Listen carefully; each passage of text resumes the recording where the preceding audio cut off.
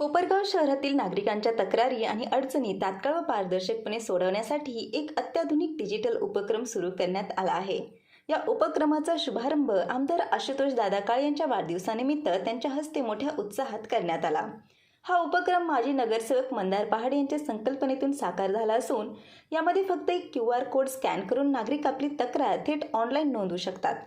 ही प्रक्रिया सोपी, जलद आणि पारदर्शक असून नागरिकांना फायदेशीर ठरणार आहे. त्यामुळे वेळेची मोठी बचत होणार आहे.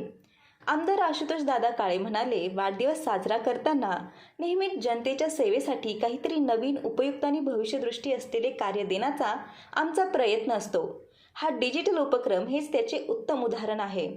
शहरातील प्रमुख भागांमध्ये QR कोडचे फलक लावण्यात येणार असून कोणतीही तक्रार मोबाईलच्या सहाय्याने काही सेकंदात नोंदवता येणार आहे.